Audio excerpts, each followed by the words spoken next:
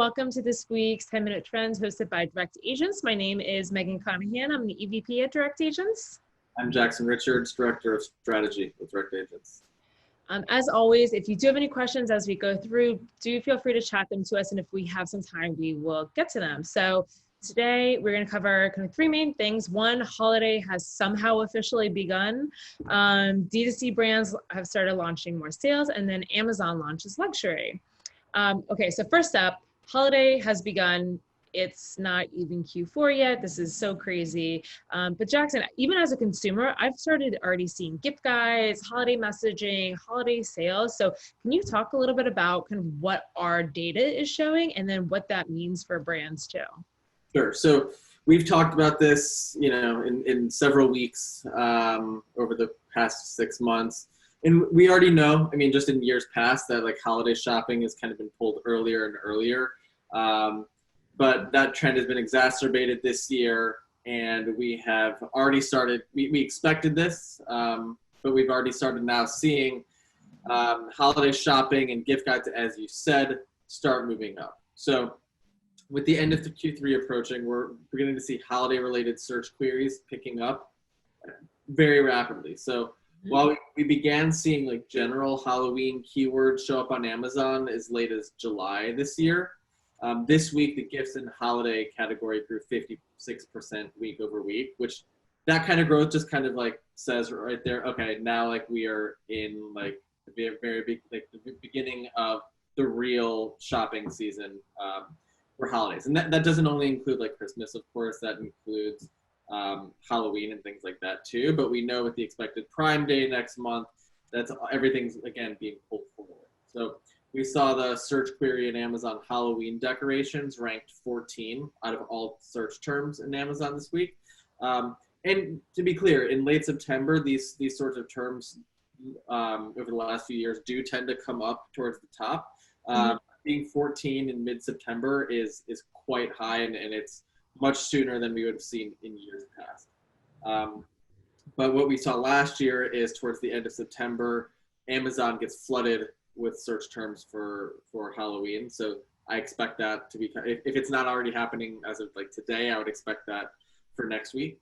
But we're also seeing customers already searching for in higher frequencies for Christmas related keywords too. So like Christmas trees, decorations, lights, and things like that. And that is earlier than in years past too. So, I think the message is quite similar to what we've been saying in previous weeks, but, if you're a brand marketer, Q4 holiday shopping season is not this thing that is on the horizon in a month from now. It's here right now. And if you're not already kind of kicking off your strategies for Q4 and this kind of peak shopping season, you're going to be missing out on sales. So, today is the best time to do that if you have not already. Yeah, and I will say if anybody wants a copy of our holiday webinar that we hosted in August, because we expected this, email marketing@directagents.com and we'd be happy to send it to you. Okay, on to our second topic. I think many D2C brands have always kind of like lived by this mantra. It's like never go on sale. And they're really starting to rethink that strategy. So, what we're seeing is brands that rarely had promotions now very open to sales and actively actually promoting their sales. So Jackson, can you just talk about a little bit about what you're seeing and, why has this shift occurred? Yeah, that has been a common rule in the kind of D2C brand strategy thing. Don't go on sale or do it very rarely. Like we have seen, and we're talking about kind of more of the premium end of D2C. D2C is obviously like an incredibly broad category, but we're talking about, brands that are kind of in the more premium positioning within their respective categories.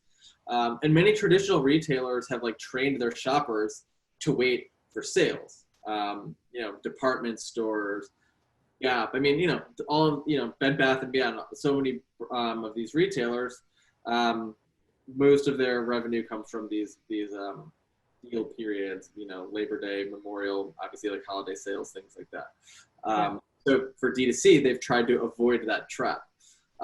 So many brands like Everlane or Brooklinen, kind of in like the sheets space, they just don't go out on sale outside of maybe Black Friday. But now we're starting to see that as shoppers are searching for more deals than ever. In fact, we've seen some recent studies that have shown that this year, it's always a prominent thing, but this year in particular, deals and promotions are the number one motivating factor in terms of which products and brands that shoppers are going to actually make a purchase from.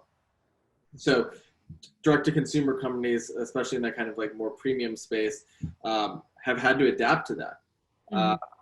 So Away Luggage is a brand, for example, that typically does not do any sales, and they've kicked off one of their first promotions. It makes sense. Nobody is traveling.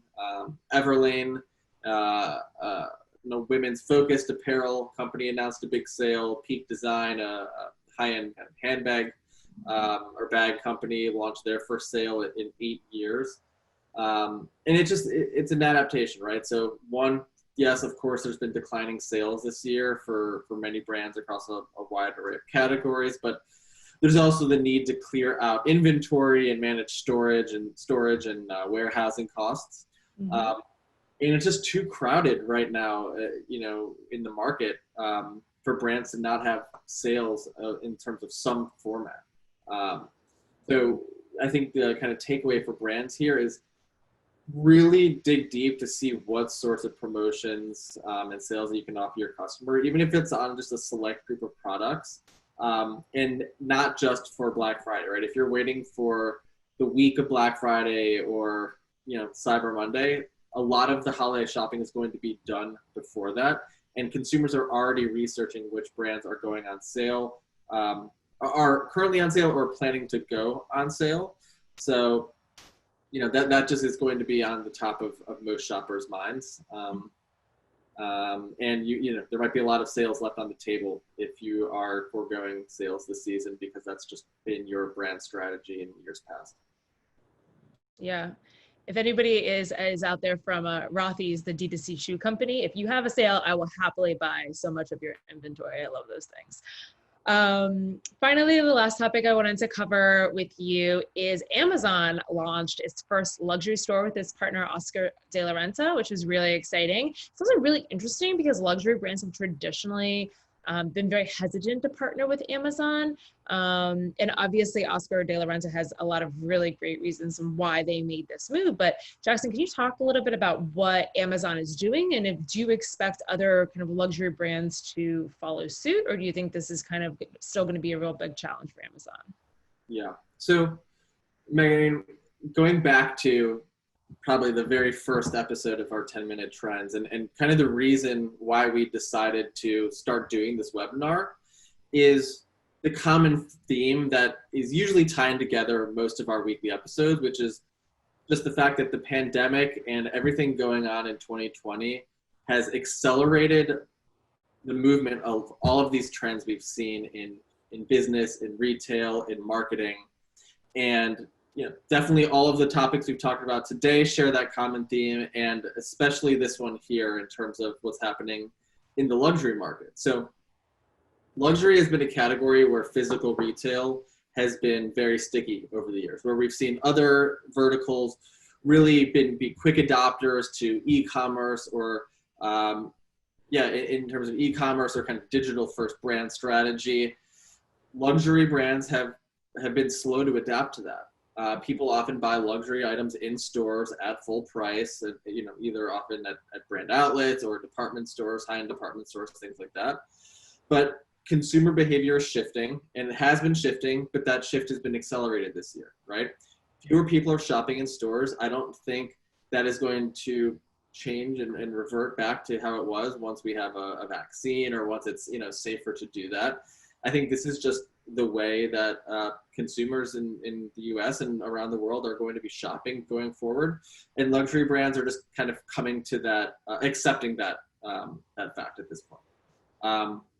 And I think a lot of luxury brands have also just, come to accept that most of their shoppers are doing shopping or are already on Amazon or likely an Amazon Prime member to begin with. So it doesn't come as a surprise at all that Amazon is partnering with these luxury brands to provide the kind of a custom mobile shopping experience. So let me talk about what luxury stores is.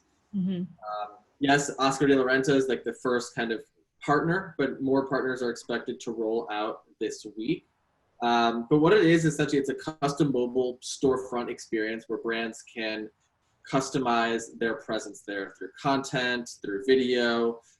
They can like kind of choose how they want to price things out. There's even like kind of a 360 view tool where you can see how something will look on you in a 360 view, so you can kind of rotate yourself around, which is pretty cool. And Amazon has found that the fashion customer within their platform overwhelmingly shops for fashion on mobile first rather on desktop. So that's why they built out like a dedicated mobile experience here first. Mm-hmm. Maybe it'll come out to the full shopping experience over time, but for now, it's going to be a mobile experience.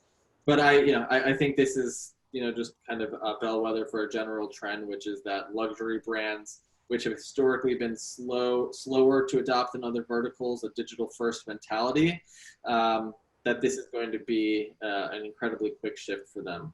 And then lastly, I'll say, I think this also makes a lot of sense for luxury brands in terms of e-commerce, because direct-to-consumer online experiences can be really expensive to develop.